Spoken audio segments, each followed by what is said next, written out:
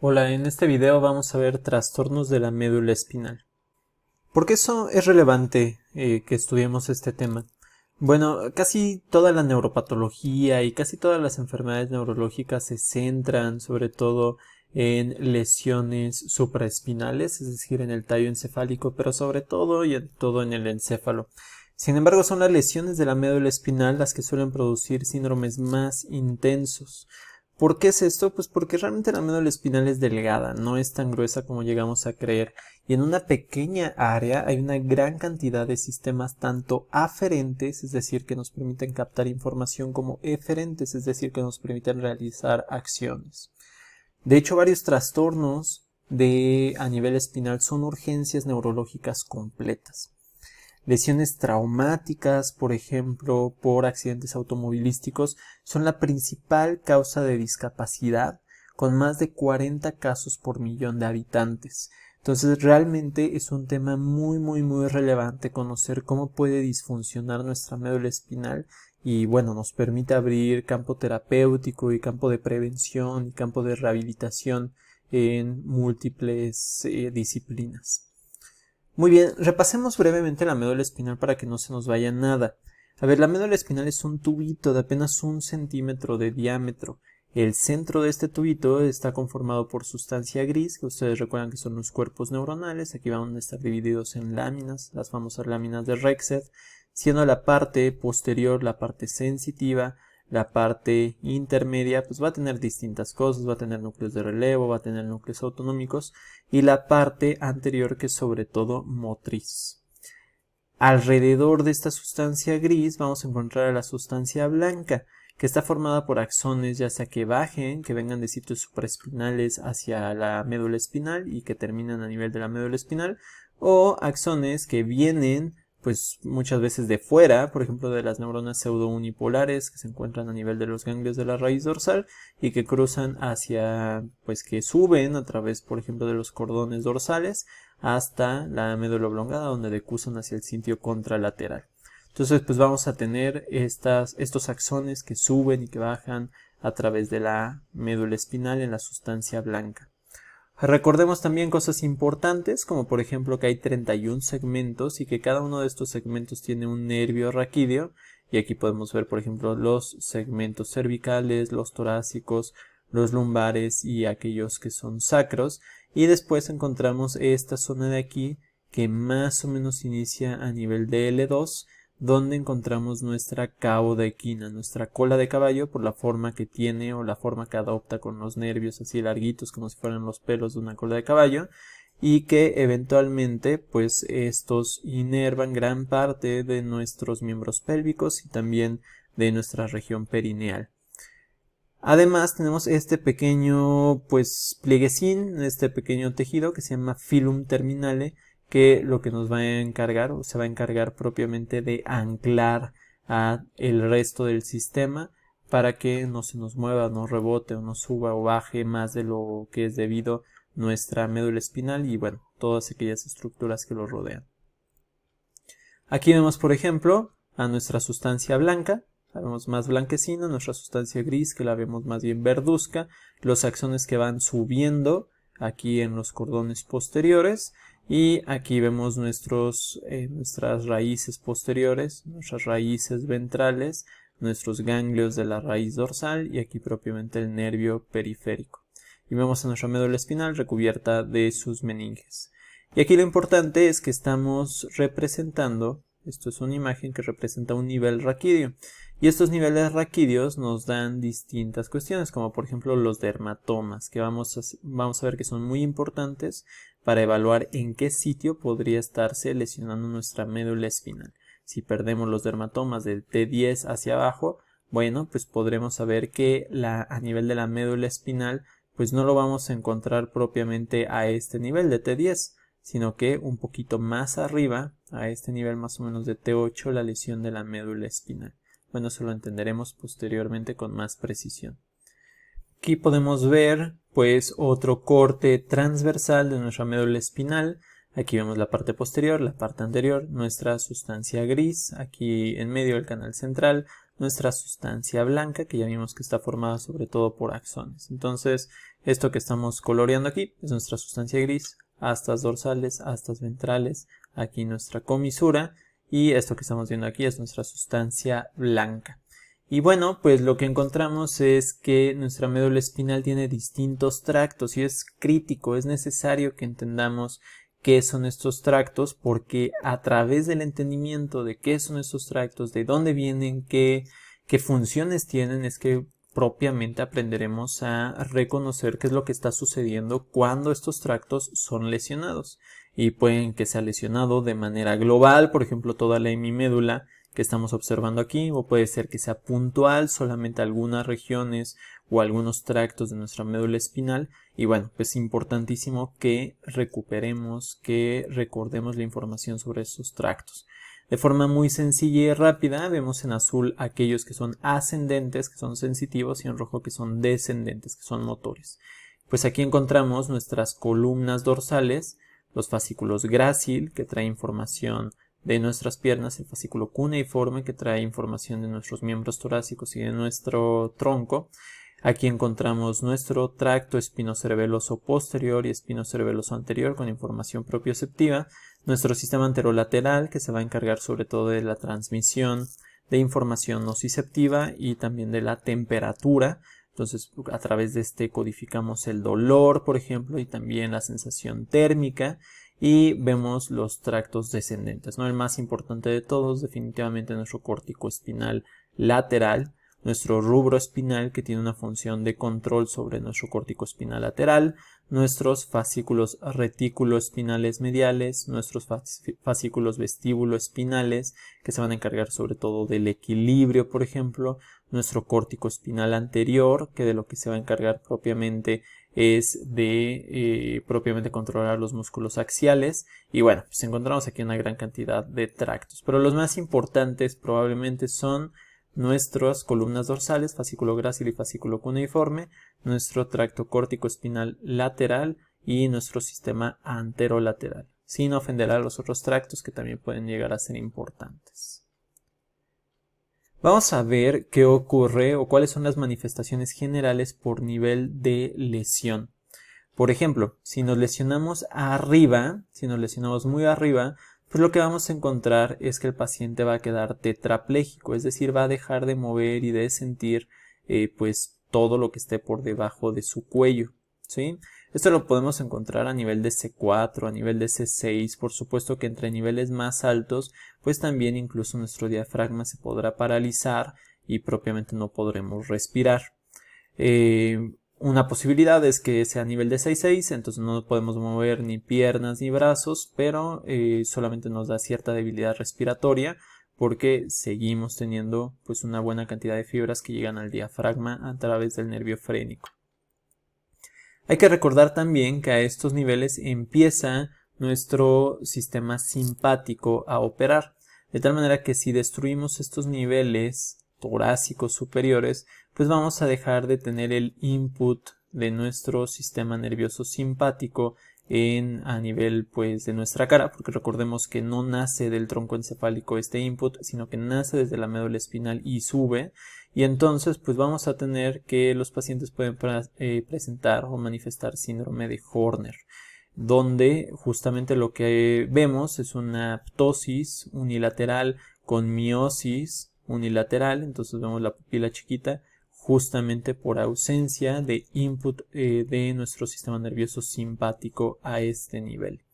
Bueno, pues todo esto puede ocurrir a este nivel, pero como les decía, pues no es lo mismo lastimarse aquí arribita que un poquito más abajito, que un poquito más abajito, y para esto tenemos estas pues imágenes tan clarificantes, tan sencillas de entender.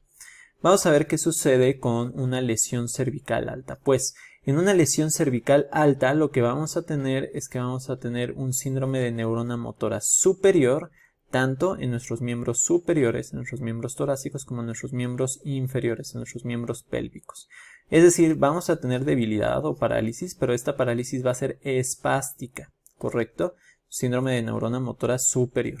Por supuesto que todo lo que está por debajo va a manifestar pues problemas, ¿no? Por ejemplo, vamos a tener incontinencia urinaria, pero vean cómo están contraídas tanto las piernas como los brazos, porque propiamente lo que se está dañando cuando se daña a nivel cervical alto, lo que estamos dañando es están siendo dañados nuestros fascículos córtico-espinales, de tal manera que nuestras astas ventrales de la médula espinal no van a tener input, no van a tener alguien que los controle y va a generar esta espasticidad. Por supuesto, como estamos hablando de un síndrome de neurona motora superior a nivel alto, pues vamos a tener hiperreflexia en todas nuestras articulaciones exploradas desde el cuello hacia abajo. Como estamos hablando de una lesión total, pues vamos a tener pérdida de sensibilidad en todo nuestro cuerpo, dado que se están dañando nuestras raíces dorsales, nuestras columnas dorsales. Entonces vamos a tener falta de sensibilidad en todo el cuerpo y finalmente, pues obviamente estamos esperando que si llega a haber algún movimiento, el movimiento sea atáxico, aunque generalmente pues más bien lo que encontramos es pérdida del movimiento. Esto es si ocurre una lesión cervical alta. ¿Qué sucede si ocurre una lesión cervical baja? Bueno, si ocurre una lesión cervical baja, propiamente lo que van a estar siendo afectados son nuestras astas ventrales de nuestra médula espinal. Sí que vamos a tener un síndrome de neurona motora superior en nuestras piernas, pues porque solamente se van a estar cortando los tractos que vienen desde acá arriba, y van hacia acá abajo, que se dirigen hacia el plexo lumbosacro, que es el que inerva los miembros pélvicos. Pero dado que estamos destruyendo propiamente a las neuronas motoras bajas, o inferiores, dado que estamos matando estas neuronas motoras inferiores, pues vamos a tener un síndrome de neurona motora inferior en nuestros brazos. Entonces vean cómo vamos a tener una serie de manifestaciones un poquito diferente a una lesión cervical alta. Por ejemplo, vamos a encontrar debilidad y atrofia en nuestros miembros torácicos. Esta debilidad y atrofia puede ser bastante marcada, pero también vamos a tener debilidad espástica e incontinencia a niveles más bajos, pues porque propiamente estamos teniendo un síndrome de neurona motora superior a este nivel, ¿sí? Si nos recuerdan muy bien que es un síndrome de neurona motora superior e inferior, les recomiendo ampliamente hacer pausa al video y propiamente pues distinguir estos dos tipos de síndromes. Si ustedes recuerdan, nuestro síndrome de neurona motora superior va a cursar con hiperreflexia, pero inferior va a cursar con ausencia de los reflejos, y es por eso que este individuo pues encontramos que los reflejos se encuentran decrementados en la parte superior de su cuerpo y continúan incrementados en la parte inferior de su cuerpo, en la parte que propiamente está teniendo un síndrome de neurona motora superior. Por otro lado, la sensibilidad no va a cambiar, la persona va a seguir teniendo problemas sensitivos en todo el cuerpo, respetando por ejemplo el cuello, dado que el cuello va a recibir su input sensitivo normal, y obviamente pues la falta de coordinación va a continuar, aunque le insisto pues que en su mayoría pues vamos a tener una parálisis completa. Bueno, pues eso era a niveles altos. Si nos vamos un poquito más abajo, podemos encontrar paraplegia, que esta paraplegia pues, puede ser solamente, por ejemplo, de las piernas, más o menos a nivel torácico y lumbar alto. Aquí vemos un síndrome que se llama un signo que se llama signo de Vibor, que vean qué interesante. Contrae el paciente el abdomen y vean cómo sube o se contrae esta parte del abdomen. Vean, ahí está. Pero pues dado que existe esta discrepancia entre pues la inervación que está llegando a nivel de nuestros músculos altos de nuestro abdomen y nuestros músculos bajos de nuestro abdomen, pues se va a ver la tracción que hace. Vean cómo se sube el ombligo, dado que sí que se contraen los músculos superiores del abdomen y los inferiores, vean cómo no le siguen, y entonces vean cómo sube el ombligo. Miren, ahí está, sube el ombligo cuando se hace un tipo de abdominal. Bueno, pues los pacientes van a tener paraplegia o paraplegia, disfunción vesical, disfunción intestinal, dado que están siendo comprometidos los niveles lumbosacros de nuestra inervación. Vamos a encontrar algo similar a lo que habíamos visto previamente. A ver, si el problema es de una lesión torácica baja o lumbar alta, es decir, una lesión relativamente alta en comparación a la que vamos a ver posteriormente, Pero lo que vamos a encontrar es un síndrome de neurona motora superior que afecta a las piernas, que produce la incontinencia. Vamos a tener un movimiento normal y adecuado a nivel alto, pero no vamos a tener movimiento a nivel bajo, y no solamente esto, sino que vamos a tener espasticidad e hiperreflexia. Vamos a encontrar también pérdida de la sensibilidad, pero solamente a nivel bajo. Y finalmente, pues la coordinación va a ser normal en nuestros miembros torácicos, pero en nuestros miembros pélvicos no vamos a encontrar esta coordinación. De hecho, lo más probable es que ni siquiera encontremos movimiento. Esto si la lesión es torácica baja o lumbar alta. Si ocurre un poquito más abajo, lo que vamos a encontrar es que una lesión lumbosacra nos va a generar un síndrome de neurona motora inferior en nuestras piernas, con la debilidad y la atrofia muscular que se caracteriza para este síndrome.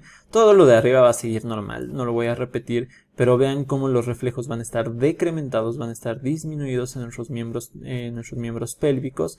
Va a haber pérdida de toda la sensibilidad porque estamos teniendo propiamente una lesión que impide que suba la información sensitiva, y finalmente esta cuestión del movimiento, que sobre todo si hay movimiento va a ser descoordinado, va a ser atáxico, pero infinitamente podríamos considerar que más bien no vamos a tener movimiento. Entonces vean cómo la lesión a cada uno de estos niveles puede dar sintomatologías diferentes, y básicamente esto, o sea, se tiene que entender con profundidad cuáles son las diferencias entre el síndrome de neurona motora superior y el síndrome de neurona motora inferior para propiamente poder determinar cuáles son los daños o cuáles son las causas que están provocando esta sintomatología. Muy bien, también muy neuroanatómico es el síndrome de Brown-Séquard. El síndrome de Brown-Séquard es un síndrome de hemisección medular, es decir, que vamos a tener la mitad de la médula destruida y la otra mitad conservada. Es un síndrome que en su forma más pura, de hecho es un síndrome raro, no es fácil encontrar un síndrome de Brown-Séquard que sea completamente puro. Pero bueno, entenderemos qué es lo que ocurre por si en algún momento se topan en su práctica profesional con alguno de estos individuos con este síndrome. Lo primero que hay que considerar es la decusación de nuestro sistema somatosensorial. Dado que aquí en verde encontramos a nuestras neuronas aferentes primarias, sus axones que se bifurcan hacia la periferia y hacia nivel central, pues sabemos que para la sensibilidad general, es decir, aquella sensibilidad que trae información de tacto, de vibración, de posición, lo que vamos a encontrar es que va a subir la información a través del fascículo grácil y del fascículo cuneiforme de manera ipsilateral, es decir, al mismo lado de donde está entrando la información, y así va a seguir hasta el núcleo grácil y el núcleo cuneiforme a nivel de nuestra médula oblongada, en nuestro bulbo raquídeo, donde vamos a tener la sinapsis y vamos a tener la decusación a través de las fibras arqueadas internas. Bueno, pues aquí el punto es que sube de manera ipsilateral. Pero ¿qué es lo que va a pasar con la información del dolor? La información del dolor y la información algésica, la información termoalgésica, perdón, la información térmica, la proveniente de la temperatura, van a seguir también neuronas de tipo aferente primario, también con sus proyecciones que van hacia la periferia y hacia el sistema nervioso central, pero la gran e inmensa diferencia es que no vamos a tener esta subida inmediata de información, sino que vamos a tener a nivel de nuestras astas dorsales de la médula espinal una sinapsis, y esta sinapsis, estas neuronas de segundo orden sí que van a cruzar hacia el lado contralateral y van a subir a través del sistema anterolateral o neoespinotalámico. Aquí, bueno, pues la cuestión bien importante es encontrar o recapacitar que entonces vamos a tener una diferencia notoria y profunda entre las cuestiones que están sucediendo de un lado y del otro de la médula espinal, y por lo tanto con la sintomatología. ¿Qué es lo que va a suceder con los pacientes con hemisección medular? Bueno, pues va a suceder lo siguiente. Vamos a tener parálisis espástica. Aquí estamos viendo un síndrome de neurona motora, un síndrome de hemisección medular que está dando en la parte lateral derecha de nuestra médula espinal.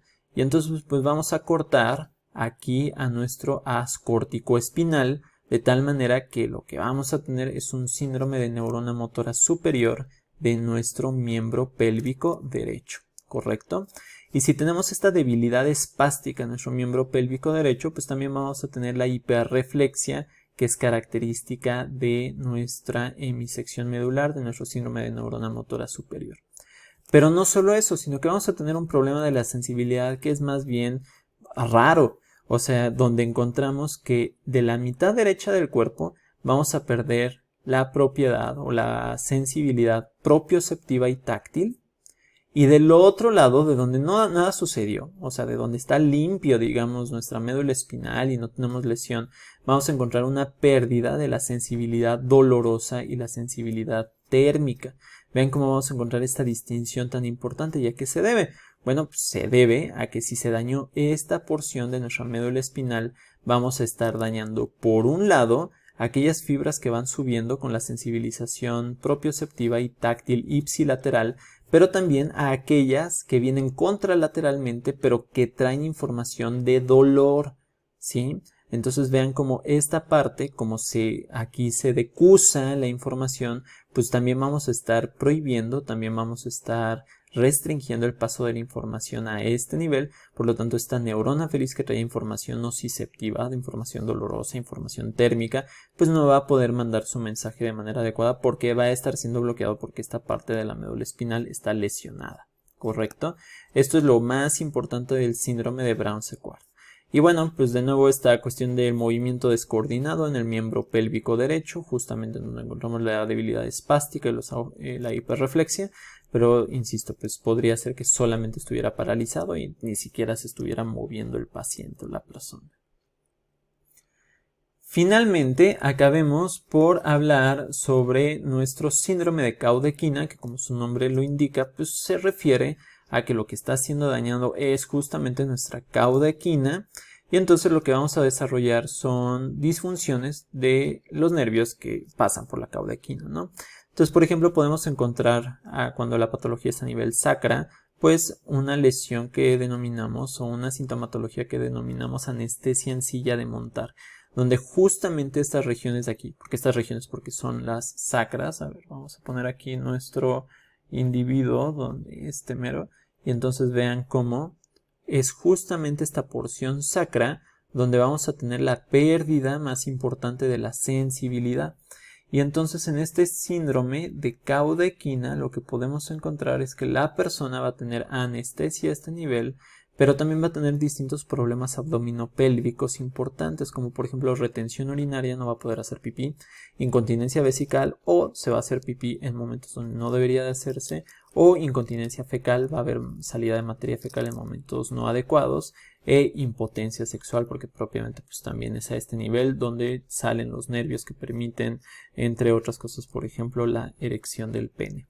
Entonces vean cómo todo esto puede ocurrir incluso cuando la lesión es muy baja, y todo esto pues, o sea, disminuye drásticamente la calidad de vida de las personas y hay que ofrecerles un buen tratamiento.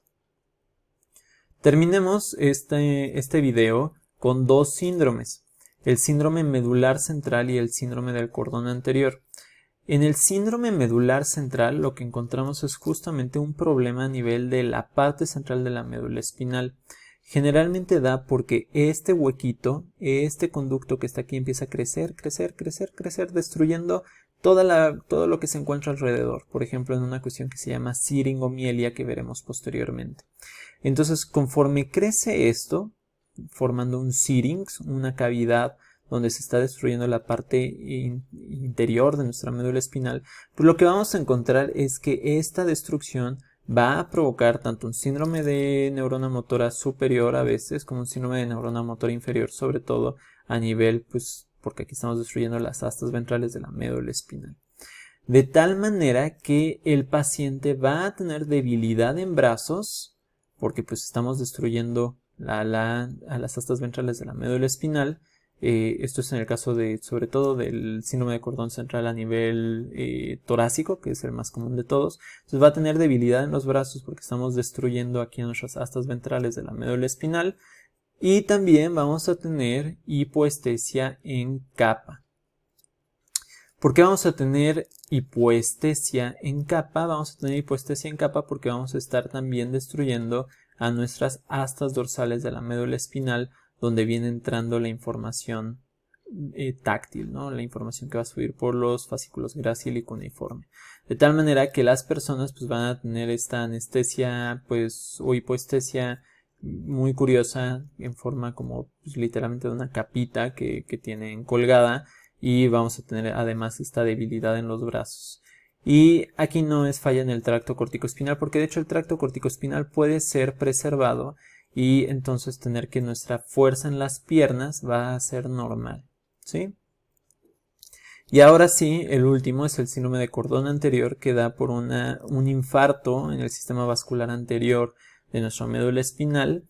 Y entonces lo que vamos a tener es la pérdida de todas las sensaciones táctil, por ejemplo, de nuestra sensación, no táctil, de nuestra sensación de transmisión de dolor, de temperatura, porque nos vamos a estar llevando al sistema anterolateral, que se encarga propiamente de la sensibilidad termoalgésica, pero vamos a estar respetando nuestro sistema de cordones posteriores, entonces vamos a mantener la información táctil, de vibración, de propiocepción y pues propiamente la información no nociceptiva, ¿correcto?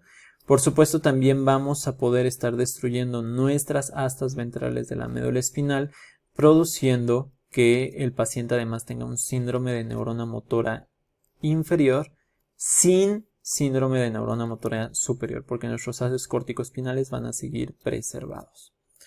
Bueno, pues se habrán dado cuenta que esta patología en particular, la lesión medular, pues, o sea, propiamente lo que necesitamos es saber neuroanatomía. O sea, en ausencia de neuroanatomía, pues, o sea, nos podemos memorizar todo esto, pero es francamente difícil y posiblemente pues una pérdida de tiempo si lo queremos aprender a largo plazo.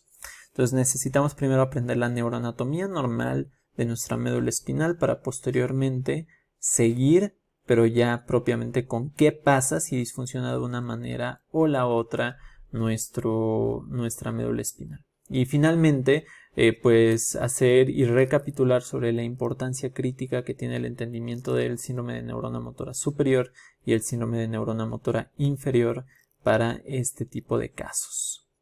Bueno, pues nada, con esto acabamos este video. Nos seguimos viendo.